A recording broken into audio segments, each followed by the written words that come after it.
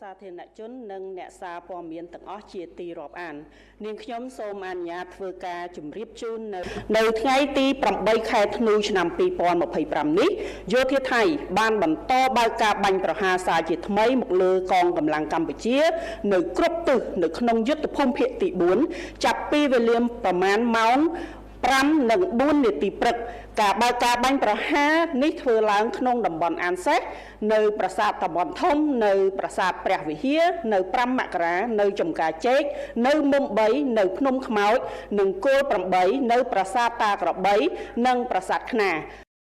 លើពីនេះទៅទៀតការបាញ់ប្រហាររបស់យោធាថៃឈានទៅដល់ភូមិរស់នៅរបស់ប្រជាពលរដ្ឋនៅក្នុងខេត្តឧត្តរមានជ័យខេត្តព្រះវិហារបានបណ្ដាលឲ្យ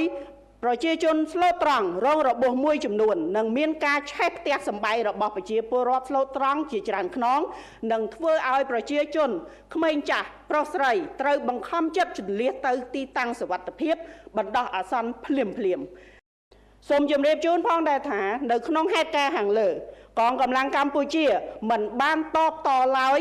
ដោយប្រកាន់ខ្ជាប់នៅបំផុតនៅការគោរពនិងការអនុវត្តបទឈប់បាញ់និងសេចក្តីថ្លែងការណ៍រួមស្តីពីកិច្ចព្រមព្រៀងសន្តិភាពរវាងកម្ពុជាថៃរួមទាំងគោលការណ៍ឯកភាពគ្នារវាងកម្ពុជានិងថៃដោយឈរលើមូលដ្ឋាននៃការដោះស្រាយរាល់បញ្ហាដោយសន្តិវិធីត្រឹមត្រូវនិងស្របតាមច្បាប់អន្តរជាតិក្នុងន័យនេះកម្ពុជាសូមអំពាវនាវឲ្យសហគមន៍អន្តរជាតិថ្កោលទោសយ៉ាងម៉ឺងម៉ាត់ចំពោះការរំលោភបំពានលើសេចក្តីថ្លែងការណ៍រួមស្តីពីកិច្ចព្រមព្រៀងសន្តិភាពរវាងកម្ពុជាថៃ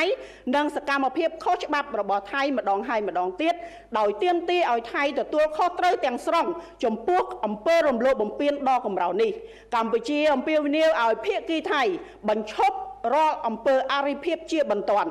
ដែលគំរាមកំហែងដល់សន្តិភាពស្ថិរភាពនៅក្នុងតំបន់